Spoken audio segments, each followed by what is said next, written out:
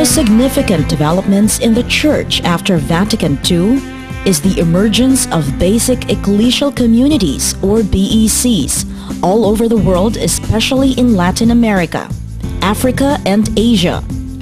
BECs have flourished in the Philippines. 1991, the Second Plenary Council of the Philippines, or PCP2, has promoted the building of BECs all over the country. BEC is a generic term that refers to the communities of faith that have emerged at the grassroots. The word basic refers to both the size and the social location of the BECs.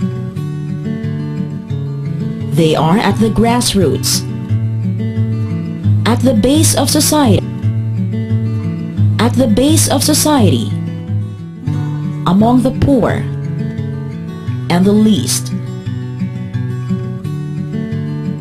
Ecclesial emphasizes the way of being church, the church that is realized, localized, and experienced at the grassroots and in the neighborhood. Community emphasizes the communitarian nature of BECs, local communities whose members live in close proximity, interact with each other regularly. These are not specialized groups, but stable environments. BEC is not a group, a society or association. It is a self-sustaining, self-nourishing, and a self-governing community. This is very, very in line with the vision of the church, which is the development of the entire person. So we use not only catechesis, not only prayer, but also action. It tries to pursue the development, total human development of these communities through the delivery of basic social development services and through its different programs. It hopes to strengthen these basic communities, which are already formed by the parish, the pastors, through the delivery of basic social development programs. At the grassroots, BECs are better known as Gagmay ng Kristohanong Katilingban, Gagmay ng Simbahanong Katilingban, Basic Christian Communities, Kristohanong Kasilinganan, Kristohanong Katilingban, Batayang Pamayanang Kristiyano, Munting Sambayanang Kristiyano.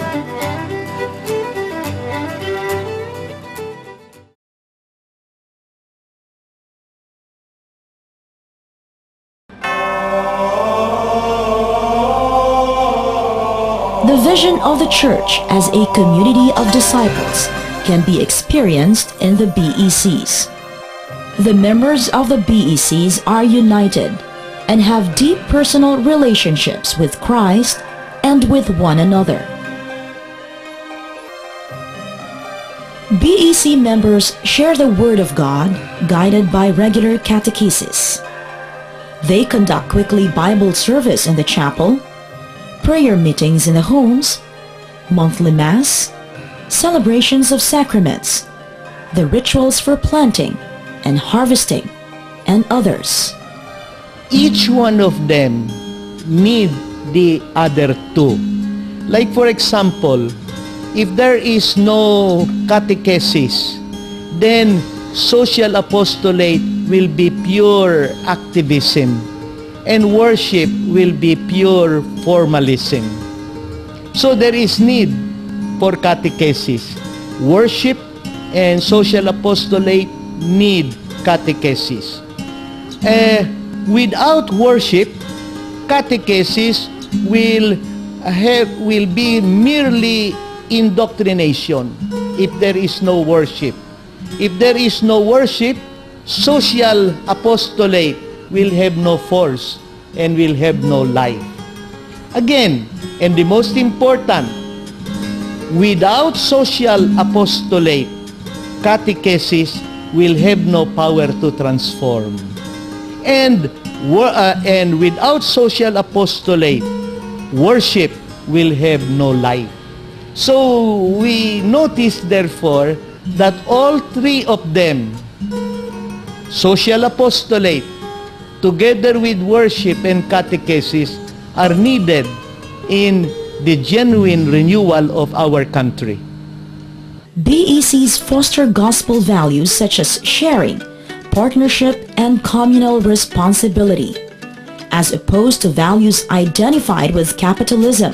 What is shared is not only the Word of God, but also material goods and resources. Basic ecclesial community as a gathering of people who believe in Christ and who try to live together with the other members of the community, the Christian values that are being conveyed to us in the gospel especially.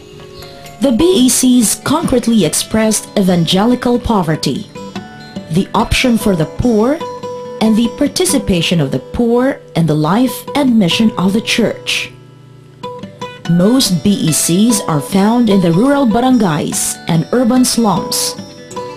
Most members are materially poor, but this does not mean that membership in the BEC is exclusively for the poor.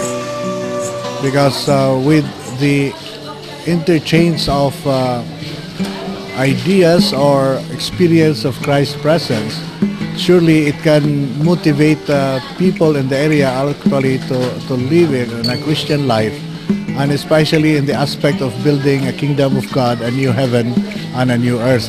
Because eventually it is a new church, so with a new church it is also a kind of a new sharing of ideas, that is the realization of PCP2, that is renewed integral evangelization. So renewed in a sense of growing, and integral in a sense of the holistic church. And so it is on that particular level that the BEC plays a very, very vital church on this particular spreading of the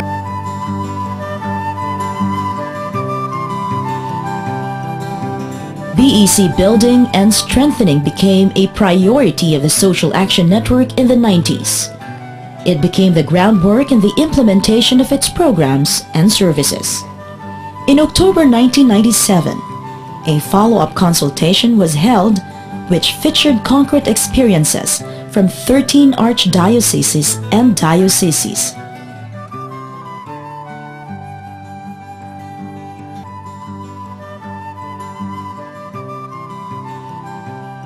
First is the integral faith formation. Second is the active presence and participation of the poor in the church. And the third is the building and strengthening of participatory communities that make up the parish as a community of communities. On that same year, NASA launched the Empowering Marginalized Sectors BEC-based Integral Evangelization Program. It is a comprehensive package of all thematic programs implemented at the diocesan level down to the parish and ultimately to the BEC level. The program strives to create greater impact on the BECs by being holistic and integral. It highlights the importance of coordinated services by actively involving the parishes through the formation of parish social action centers.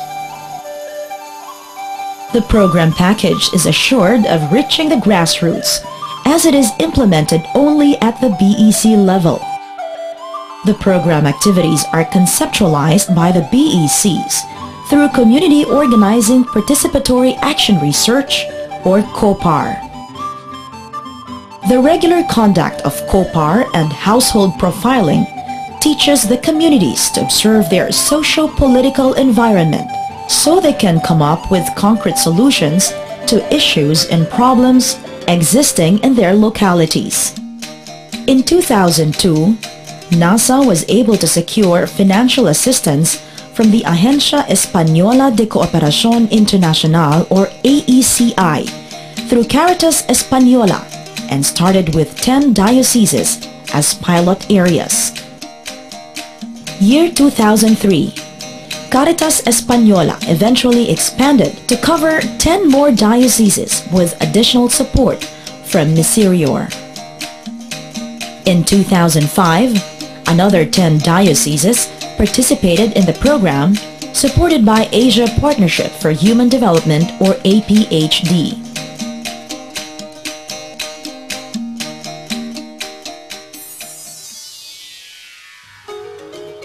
Integral evangelization is no longer a dream or concept, but a reality.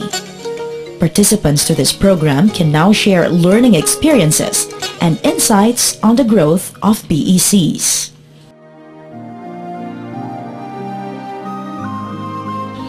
Isa sa hindi ko makakalimutan na parang sinasabi ko gabay ko hanggang ngayon. Yung sinabi ni Bishop Tagle, kung gusto mong malaman na buhay yung simbahan sa lokal, yung lokal na simbahan, buhay na buhay siya, hindi mo lang titingnan na puno yung mga tao during Sunday, sa Sunday celebration, o pag may mga novena o mga devotional activities, andun yung mga tao. Hindi, isang aspeto which is very essential na titingnan mo is buhay ba yung social apostolate ng BEC. Tinatawag sa mga general assemblies, ibinibigay sa kanila itong mga edukasyon na hindi separate yung paghahanap buhay sa pananampalataya.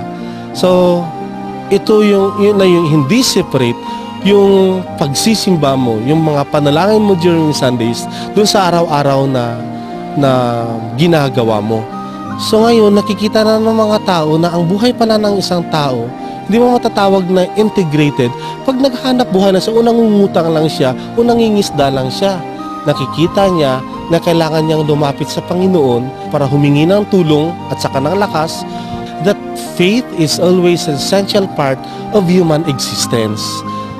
With all humility, masasabi kong maraming BECs ngayon dito sa diocese na masasabing isinasabuhay na nila yung pananampalataya nila. About 3,332 BEC members have accessed microcredit funds to support various livelihood projects such as vending and trading activities, dressmaking, fishnet and boat making, meat processing, livestock production, consumer store, and other forms of income-generating activities. She is Aling Betty, a member of GKK since 1985 and has 7 kids. Her husband, formerly a fisherman, is now helping her in selling fried chicken in the market and on the street. In 2002, she was able to establish her own stall due to the microfinance program of BEC. Sa kanini ang kariton 5,000 akong gihiram. Unya na-impas na ni siya, nag-utro na mapud ko hirabog 10,000. Mao na sa 10,000, 2,000 na lang ako ang balance. Nakatabang ko ni sa among paningabuhian, sa akong pag-eskwela sa akong mga anak. Nakabayad ko sa eskwelahan. Sa among mga pagkaon, mao na ni among tanang gisaligan. Aling Teria is a GKK member since 1989. She was a fish dealer and vendor before. When all her children finished school, she went into making and selling tuna embutido, lumpia and chorizo with the help of the microfinance program of BEC.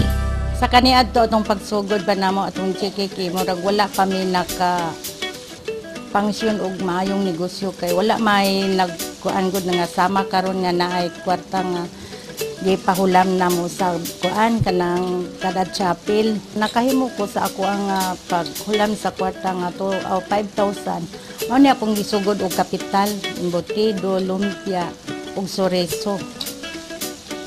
Sa kaniadto murag dili kaayo lisod pero karon lisod kaayo tungod sa paliton nga mahal unya ato sa krudo mahal tanan takog diferensya kay sa pagsugod nako ani gamay ra gug akong kapital ang 5,000 nako daghan ko di ko mo rolling kay insakto pero karon nagrolling ko sa ako ang 5,000 mao tuhing otro kog loan og 10,000 murag nahimugaway na pud ko kay tungod nag-aminto ang palitono namo. Aling Erlinda is a member of GKK in the 90s. She is now maintaining her sari-sari store with her husband to cover their daily expenses. Noon wala pa kami nagpamembro sa GKK. Kanang parang wala kang kakilala. Tapos yung ng GKK namin dyan sa aming kapilya, kanang parang masaya, parang pag may problema ka, parang madali lang madali lang malutas kasi mayroon kang maraming kaibigan. Yung mga anak ko, lahat sila mayroon na silang mga pamilya. Mahiya naman kami nga yung pangbayad sa kuryente, sa kanila namin iasa. Kaya nang nakalo na kami, malakas ng aming tinda, yun, dyan namin kinuha yung bayad sa kuryente, yung bayad sa is-is, bayad sa PhilHealth, sa tubig, kinawasan man ang tubig namin. Hindi na kami nag-asa sa aming anak. Aling Gloria and Mang Joleto depend on the harvest they get from fishing to feed their children every day. In 2002, the BEC helped her to buy additional 1,000 meters of net and build her own boat. Ang dako yung tulong sa among kinabuhi, mo ang nagpaotro sa akong kinabuhi. Kaysa una, wala pag yun ning chapel, wala pa ko na membro sa GKK. Kuan kanang gubot ang among pagpuyo. Ay murag wala pa gani mi nakahibalo og unsa gyoy kuan sa parte og Ginoo. Yata pagtukod na ning GKK nga makadawat nata sa pulong sa Ginoo, maotro jud ayta na ang atong mga anak mo na natay pasensya, masukot sa atong anak, rag dili nata maka-istoryag mga daotan ba, mura ka nang mabag-o ka. Nakatabang man sa ako kay ang ako mga bata nagpa-eskwela na ako, nakagraduate jud silang 5 sa high school. Dumikan aning among pukot ug sa tabang pod sa sa NASA. Kaduha ko nakalun. Primero 5,000 tapos pa ikaduha 5,000 gihapon. Nagpasalamat kog dako sa inyong tabang sa amo. Kay gumikan sa inyong tabang nakasuporta ko pagpa-eskwela sa akong mga anak. Sa amo pang adlaw nga panginabuhi nakasuporta jud sa amo. The value of self-reliance is being lived through microfinance. The microcredit component and income-generating activities of the program draw out positive results in terms of increasing the income, mobilizing local savings, and providing BEC members access to productive credits with low interest rates.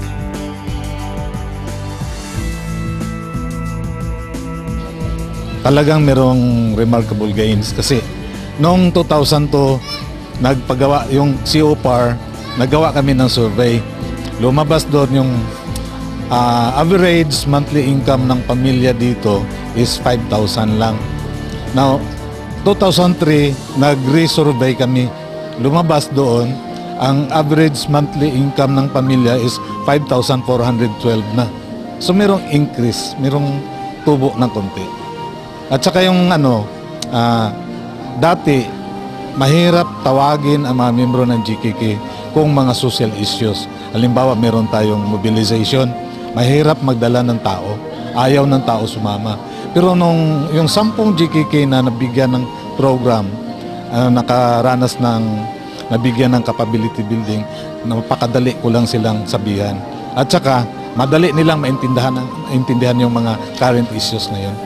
The Diocese of Marble enjoyed 100% repayment rate on the loans.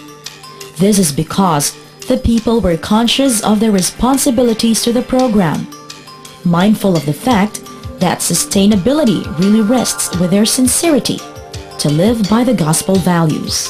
Kaya mahalaga yung tinatawag natin na capability building. Yung bago na i-release yung pera sa kanila, parang well-oriented sila. Ano yung pinaka-objective ng program. At saka, tiningnan din natin, pag-implement ng program, ano ba ang mga kakailanganin nitong mga tao, what seminar, what education, what guidance, what program ang kakailangan nitong mga tao para ma-appreciate nila ito. At the same time, we make sure na marirealize itong mga tao na hindi lang pala sila dapat magbe-benefit.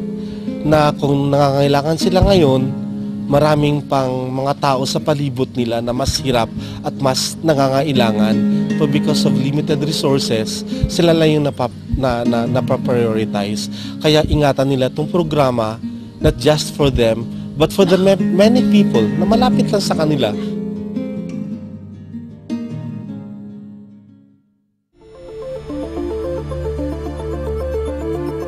The problem of poverty and the problem of corruption in government. Through the years, I am now into my 12th year as Social Action Director, and I have seen the poverty of our people getting worse every day. Before, we will just teaching our people how to participate in a very active manner in local governance. Now we have become more proactive in the sense that we try now really to focus on actual graft and corruption cases. We have IRA Watch, wherein our volunteers down the barangay focuses their volunteer services in trying to monitor. The Internal Revenue Allotment or IRA Watch campaign, under the Good Governance component, has enhanced the capability of DSACs and BECs in monitoring the utilization of the 20% development fund of the IRA at the barangay level. Active participation in local governance facilitated access to local government development funds in support of BEC-identified projects. Na ako'y nagpunong barangay na, no? Kung ano man ang mga programa sa simbahan, hindi ko inaitabi yun. Palagi kong sinasabay yun sa pag-administrar ko sa aking bilang punong barangay. Kasi nakita ko mismo sa aking sarili na kung yung tao muna ang gawin natin ng paraan o maintindihan nila kung ano ang gagawin, kami lahat ang magtulong-tulong para sa mga solusyon o problema ng aming barangay. Kaya mas maganda mayroong IRA Watch kasi ang ginagawa ko parang malalaman ko rin kung tama o mali, ma'am. Kasi kung minsan di ko alam na baka yung mga ginagawa ko mali na ata yun. Kung walang BEC dito sa aming barangay, yung aming mga tao dito mahirap mag-adapt. Pero dahil ang aming BEC matured na, at ang mga tao may commitment sa Ginoo, madali namin makumbinser na mag-support sa aming mga programa. Dahil na mayroon kaming community, kaya nga napili kami yung barangay na nanging most outstanding barangay in the municipality of Cabanatuan dahil dito sa community at lahat ng mga aspeto, lahat ng mga programa ng government at saka paris ay nanging successful at saka na-comply nila. Kaya nga ito ang malaking nakakontribute. At last December ay natanggap namin na award na 50,000 galing sa municipal government. Yon ang isang kapital ng Barangay Amuraw dahil sa BEC. At ang mga tao, ang lahat dito ay nagtutulong-tulungan sa lahat ng mga programa ng aming barangay. Some BEC leaders were elected as officials in their villages or barangays. And due to heightened political awareness, some were able to change the entire set of LGUs, whose officials were involved in graft and corruption. People are now more aware that somebody is watching them. People are more conscious now that let's do things rightly. Let's extra be careful in the way we handle government funds. Kahit na wala tayong masyadong pinag-aralan, may magawa pa rin tayo. If we can only have a little concern, if we can only have that sense of patriotism, that sense of love for the country, especially for the poor, we can do something.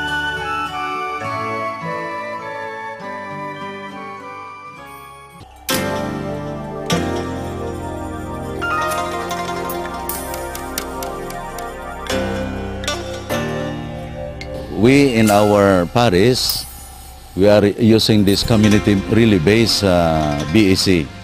We in place only the so-called committee system within the BEC, where all members of the communities are given the chance to participate in whatever programs we have in the various committees.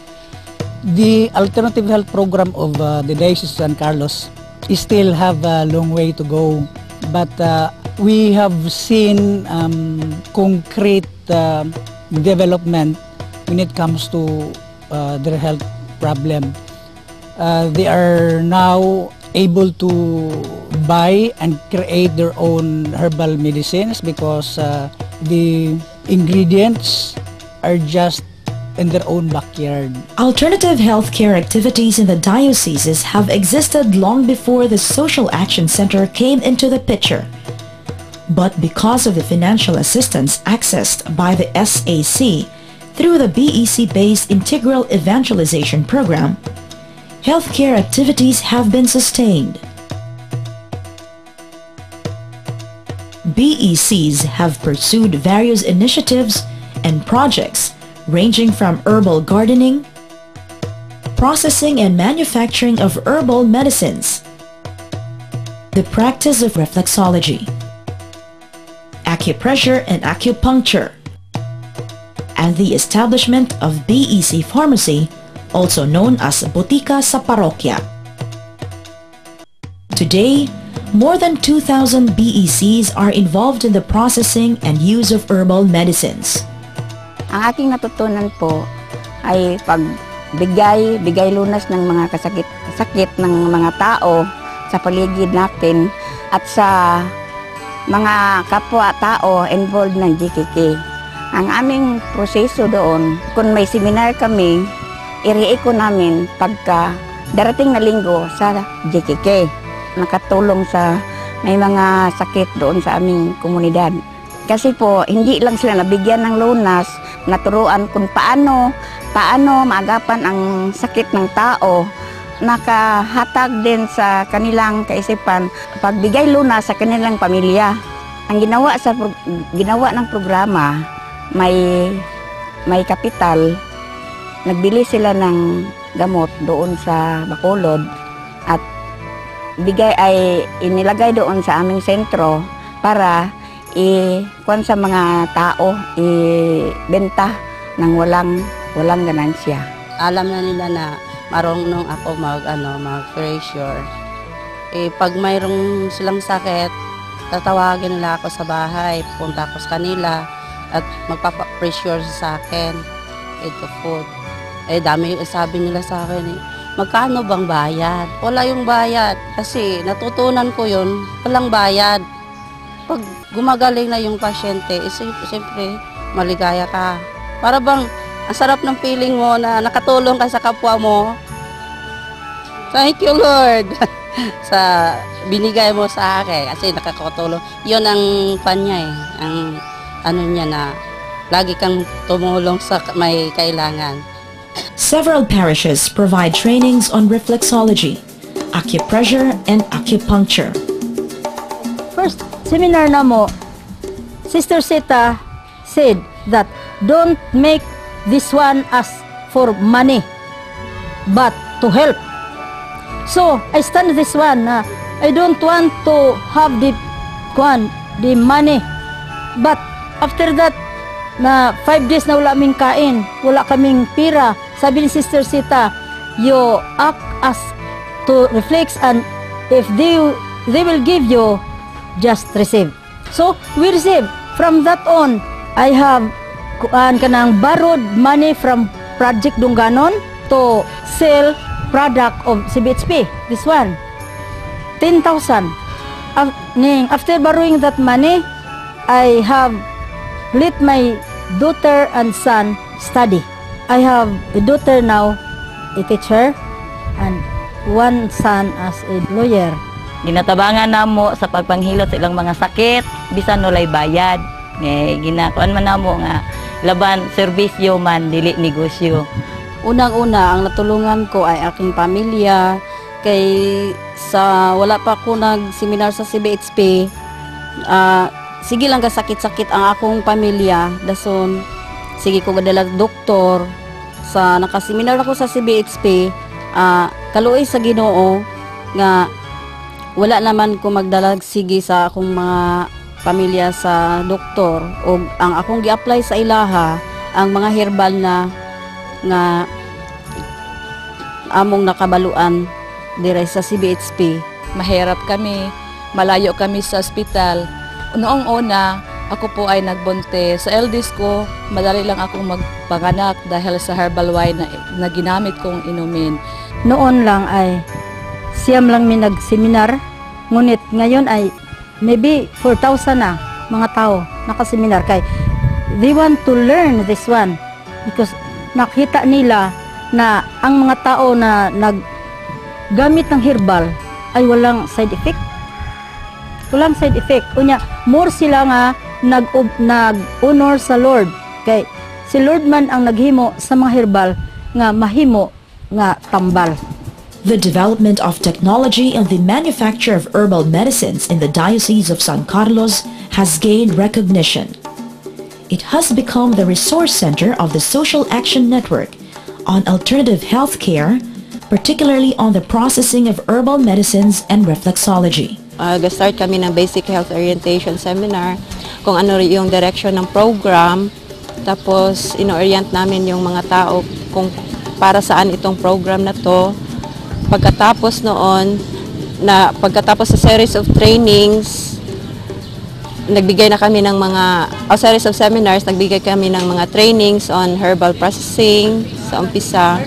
Tapos, paano mag-diagnose ng pasyente, paano magkilala ng sakit, tapos anong gamot ang ibigay. More on, pinopromote namin yung herbal medicine.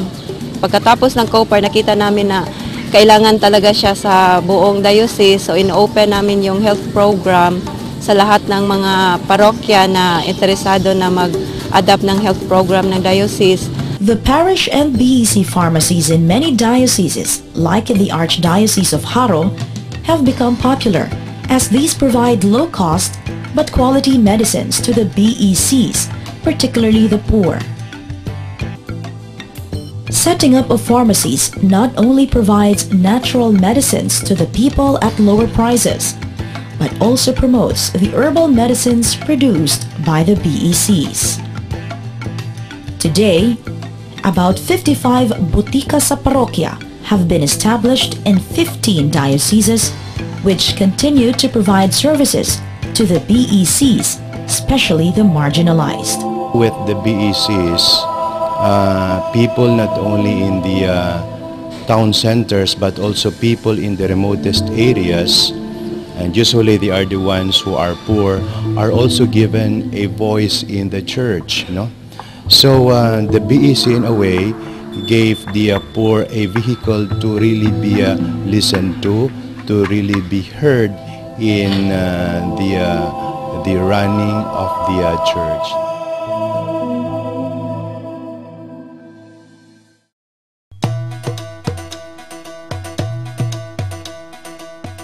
About 70% population, both Agusan del Sur and Agusan del Norte, at siya ring sector na mahihirap dito sa diocese. Kaya doon sa aming program trust, priority yung kabuhayan ng mga magsasaka. Increased and diversified agricultural activity has been achieved among BECs through the practice of sustainable agriculture technologies. The technologies have been developed and improved among the BECs, ranging from organic fertilizer production, bio-intensive gardening, alternative pesticide making, organic crop vegetables, livestock production, sloping agricultural land technology, diversified integrated farming system, Korean technology on hog raising, and the system of rice intensification or SRI. Several dioceses like Butuan have established seed banks and demonstration farms showcasing the sustainable agriculture technologies. Ang simbahan ngayon ay parang nagre-reinforce ng pangangailangan ng ating mga tao, lalo na dito sa diocese ay maraming mga tao na less of access for development. So doon katulong ang simbahan, support ng ating mga tao doon sa ating mga basic ecclesial communities. Farmers' associations composed of sustainable agriculture practitioners were organized in the BECs in parishes. After one good harvest, farmers' groups celebrate the feast through a food tasting festival attended by different groups from the government, LGUs, the bishop, and community members. Sa lugar namin, ang mga magsasaka doon mahigit sa pag-umpisa ng sila ay nagsaka, gumamit na sila ng mga yung mga chemical, mga fertilizer, mga inorganic fertilizer. So ang mga magsasaka doon mayroong naghihirap talaga sila. So, dumating yung isang training na sponsored sa BEC, isa akong tumugon sa training. So doon nakita ko na pwede palang magsaka na hindi na bumili ng mga inorganic fertilizer. Yung gumamit ako yung organic farming, medyo umangat ng buhay ko. Nagbuo ako ng organisasyon doon sa aming lugar. So, yung tinatawag na Rosario Organic Farmers Association on Sustainable Agriculture. So, doon tinuturo ko sa kanila kung paano magsaka na gumamit ng mga organic fertilizer. Masaya na ako pag nakita ko yung tao na wala ng utang. Malaking tulong ang JKK sa amin kasi bilang isang mananampalataya ng Diyos, kailangan natin ang bawat isa sa atin. Lalo na noong mga panahon na may problema ako kasi nagkasakit din ako noon at saka mabuti nga na darating dito yung tulong mula sa diocese kasi yun talaga ang nag-ano sa amin, ang nagbigay assistance, swine raising. Mula sa mga baboy na yan, nagampanan namin ang aming mga tungkulin sa aming mga anak no, bilang mga magulang na pagpatuloy namin ang kanilang pag-aaral, lalo na sa panahon ngayon na sobra ang kahirapan, no?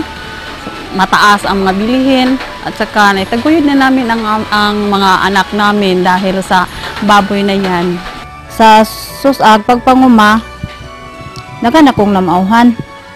Kabahin sa seeds, daghan naman kong seeds na hibawaan, na ilhan. O unya sa kabahin po dito sa pagpanguma na kanang kabalo na po ko unsaon pagpadagan sa kanang pag naamay teknolohiya lagi nga ginagkuan sa taga social action nga lines na linyahon o nya na ilang gikuan nga 30 by 10, 40 by 10, 40 by 40 na mauhan na gyud na nako SRI. Today, more than 3,000 organized BEC farmers are now practicing these technologies, which resulted to reduced chemical inputs, to low production cost, and higher fields. Sharing these technologies with others is one of their thrusts. After almost 22 years as a bishop and being assigned in remote areas like North Cotabato, Kidapawan, and also here in Butuan, I found a very strong vehicle for evangelization, the social action. Because actually you go to the grassroots and people feel actually the need for it and the partnership towards growth. And that is where I do believe Christ is very strong in that level that the laborers, the harvest is great, but the laborers are few. So maximizing social action and the level of delegating the lay people in the respective areas could also enrich and augment the workers of the church, and also in the spreading of the kingdom of God. And the realization of that new heaven and a new earth, which is a new you and a new me, and the actual living of a life pattern after that of Christ himself.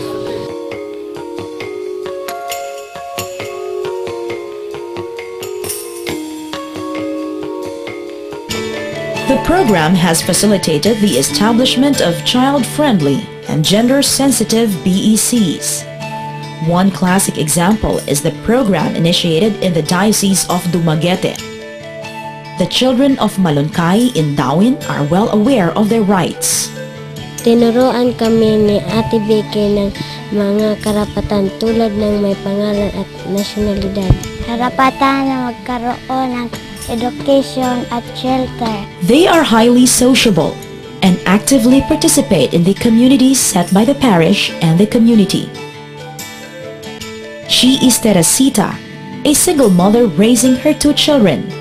She is a member of BEC Señor Santo Niño Celda 4, heading the women's livelihood activity in the community. Yung natutunan namin unang-una itong paggagawa ng mga livelihood. Marunong na kaming magtahi. Dati wala kaming kaalam-alam. At saka mayroon kaming monthly meeting. Ay parang na-expose kami mga babae dahil dati nung wala pa itong livelihood namin, palagi lang kaming nasa bahay, nagtatrabaho, hindi kami nakipag sa komunidad. Talagang namin itong mga livelihood program namin dahil talagang nakakatulong sa amin. At saka nakapagbibigay din ng kaalaman sa aming mga kababaihan. At lalong-lalo na yung education, kapagbigay ng lakas sa aming mga babae dahil doon sa BEC, nagkaroon kami ng mga values at education na marunong kaming magrespeto sa iba-ibang tao. The women are empowered. They are strengthened by their BECs and are actively involved in livelihood activities to help sustain their Christian living. Sa community na organize yung mga BECs, tapos yung mga PISAs, saka mga PPTs at saka mga partners are willing to participate and cooperate the realization of our goals. With the present situation of our society ngayon, na lalong naiipit yung mga mahihirap, we can do more even though in our own small way. And we realize also na if ang taong simbahan ay hindi gagawa, ay hindi mag-move, hindi mag-act, who will do the realization of all these issues in the community.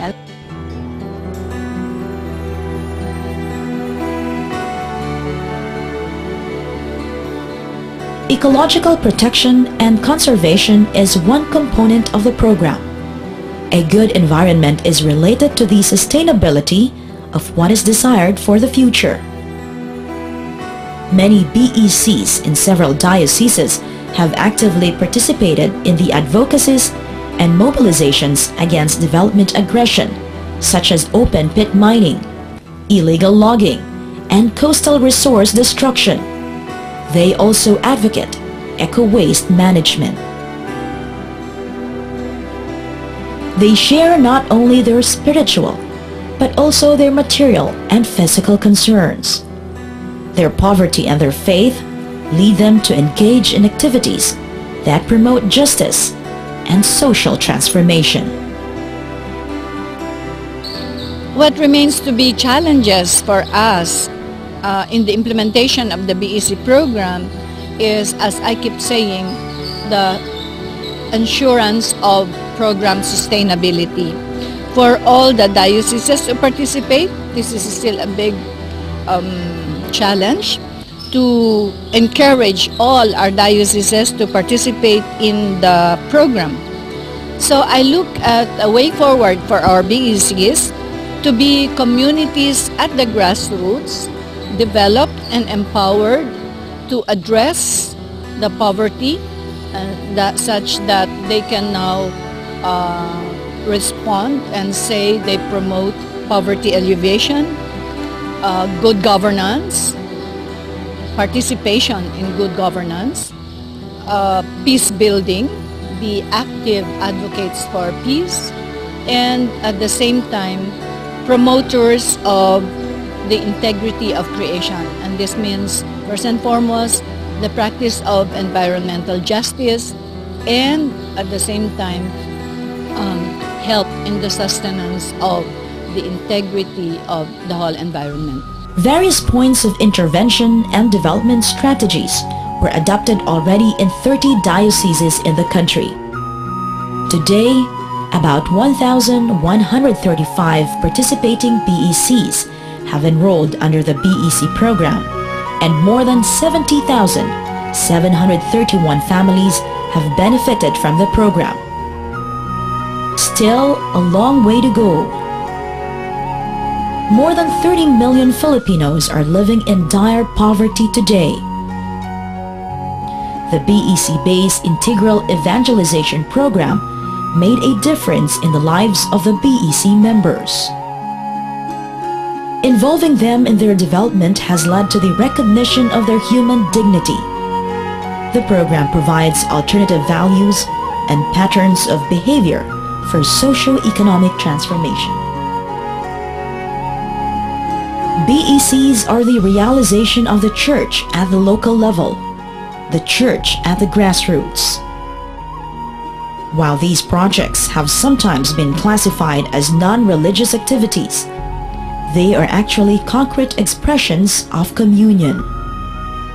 In their fight against poverty, they have learned to rely on each other, mobilizing community resources, and organizing themselves as one.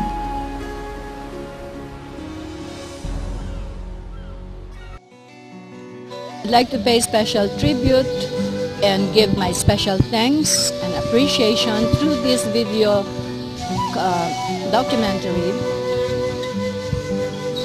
to our international partners, our Caritas partners, also our non-Caritas partners, and especially with special mention to Miserior, our partners in Germany, who have been a great help and support through all our programs, through all our efforts here in the Philippines to help transform and develop our society.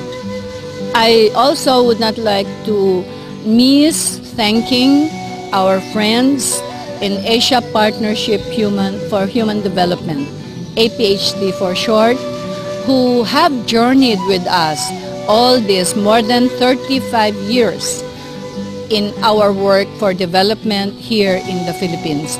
I also would like to thank especially our grassroots communities, our basic ecclesial communities, every one of our supporters and friends of Caritas Philippines, NASA, who are always there to collaborate with us in our efforts to transform Philippine society. Thank you very much. Mabuhay kayo lahat.